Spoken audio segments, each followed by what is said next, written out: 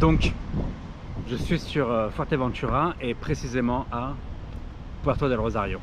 Et il y a une chose que je voudrais vous dire. Quand on prépare un voyage à Fuerteventura sur les îles Canaries, on peut entendre parler de Puerto del Rosario car c'est la capitale de l'île. Mais je voulais vous prévenir que si vous venez ici, par exemple, une semaine, 2 semaines, ça pourrait passer. Alors, il y a beaucoup de vent, mais il y a toujours du vent de toute manière. Donc c'est surtout si vous venez passer une semaine en vacances, ce n'est pas l'endroit que je vous recommanderais de visiter la capitale Puerto del Rosario. Et ce n'est pas parce que la ville est mauvaise ou moche, comme on pourrait dire, c'est simplement parce que Fuerteventura a beaucoup plus à offrir. Donc la plupart des voyageurs viennent à Fuerteventura pour ses plages, ses paysages volcaniques. Il y a aussi les eaux turquoises, les villages côtiers qui sont très jolis et tous les grands espaces sauvages. Donc avec ça, on pourrait parler vraiment de Corralero, des dunes de sable. On a aussi El Cotillo avec ses lagons et toute une part de la côte ouest qui est vraiment assez sauvage. Mais alors la question est simple. Est-ce que Puerto del Rosario représente vraiment ce Fuerteventura que vous recherchez, que vous êtes en train de rechercher quand vous venez ici? J'en doute.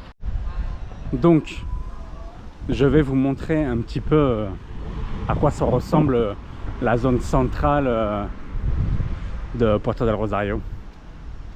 Il y a une chose que je voulais vous dire aussi, c'est que bon, Puerto del Rosario est avant tout la capitale administrative de Fuerteventura. Donc c'est ici que beaucoup d'habitants viennent travailler, mais ici le travail ça va pas être vraiment hôtel et beaucoup de restaurants. C'est quelque chose de vraiment local, quoi, des petits business locaux. Et aussi pour faire leurs démarches administratives, etc. C'est ici que toute l'administration est concentrée, ou alors faire les courses. Les courses sont moins chères ici.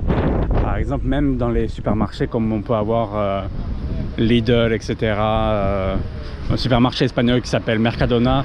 Ou alors il y a aussi un supermarché... là c'est vraiment la zone centre-ville, quoi. Donc vous voyez un peu.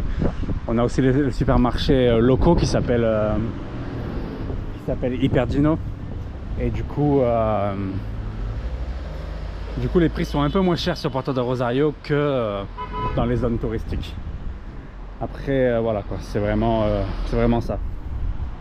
Il y a une promenade aussi qui est assez cool. Il y a une promenade, il y a la plage, on va dire, qui est à peu près 800 mètres d'ici, donc c'est plutôt assez joli. Il y a une petite promenade. Il y a un centre commercial, donc le centre commercial le plus gros de Fuerteventura est donc sur la capitale. Il est donc sur Puerto del Rosario et il s'appelle Las Rotondas.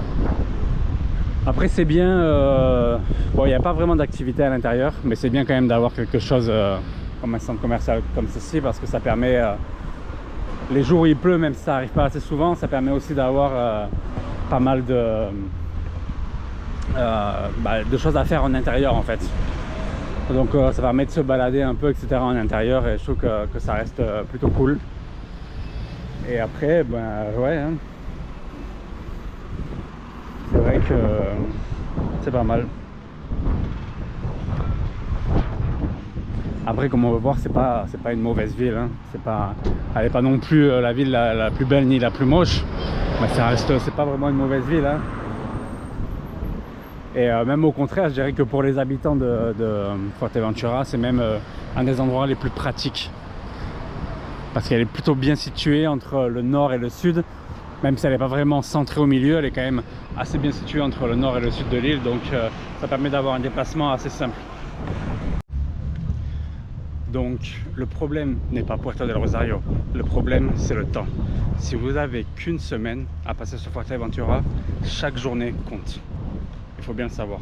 Si je dois choisir entre passer plusieurs heures à Puerto del Rosario ou découvrir Cofete, bien sûr j'irai à Cofete. Mon choix est très vite fait. Si je dois choisir entre Puerto del Rosario et le coucher de soleil à El Cotillo, bien sûr j'irai choisir El Cotillo. C'est vraiment incroyable là-bas, surtout pour le coucher du soleil. Par exemple, si je dois choisir entre Puerto del Rosario entre Puerto del Rosario et les dunes de Corralero, il faut absolument visiter les dunes de Corralero. Elles sont extrêmement belles. Donc en réalité, Puerto del Rosario n'est pas vraiment le problème. Le problème, c'est quand on fait la comparaison entre Puerto del Rosario et ce que l'île de Fuerteventura a à offrir.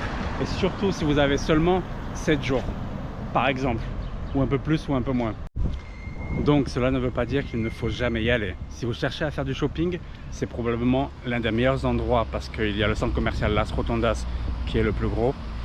Ensuite, si vous cherchez, par exemple, si vous faites une escale en bateau, parce qu'on a des bateaux de croisière qui s'arrêtent ici, c'est aussi bien de se balader et de faire un tour dans la capitale et de voir un petit peu. Ça dépend des croisières, des fois les bateaux restent 12 heures, des fois il reste un peu plus de 12 heures, des fois il reste 24 heures. Donc le plus gros port de l'île est ici, donc ça permet d'avoir les bateaux de croisière qui s'arrêtent ici. Ensuite, bon, si la météo n'est pas idéale, pour la plage par exemple, la ville peut offrir une alternative intéressante pendant quelques heures. Si jamais vous ne pouvez pas aller aux plages ou faire autre chose, vous pouvez passer quelques heures ici, faire un tour, le centre commercial, etc. Mais je ne vous recommande pas de construire le planning de vos vacances autour de Puerto del Rosario. Et donc, comme je disais, seulement si vous avez une semaine, il y a quelques endroits que je vais vous recommander. En premier point, Corralero bien sûr, la zone la plus touristique de l'île, mais il y a toujours une ambiance locale. C'est pas devenu une zone complètement, on va dire, débordée par le tourisme. Les dunes de Corralero qui sont très très belles, juste à côté. Il faut absolument le faire. Il y a aussi El Cotillo. Pareil, c'est comme Corralero, je dirais, mais comme avec 10 ans de retard. C'est en train de se développer, mais c'est toujours pas ultra développé comme peut l'être Corralero. Cofete est incroyable si vous recherchez des paysages vraiment dramatiques, assez sauvages, une impression d'être au bout du monde, c'est Cofete. Il y a aussi le village d'Arruy que je recommande, où il y a les caves d'Arruy sont très très belles. Le village en lui-même est très joli, donc je recommande de visiter Arruy, ça vaut vraiment le coup.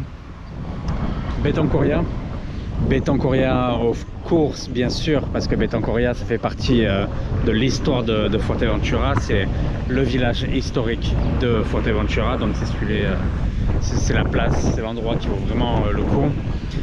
Et le Calderón Hondo. Calderón Hondo, c'est un volcan qui fait 300 mètres de haut, où on peut escalader, enfin même pas escalader, c'est une genre de petite randonnée qui fait 45 minutes, donc ça vaut vraiment le coup.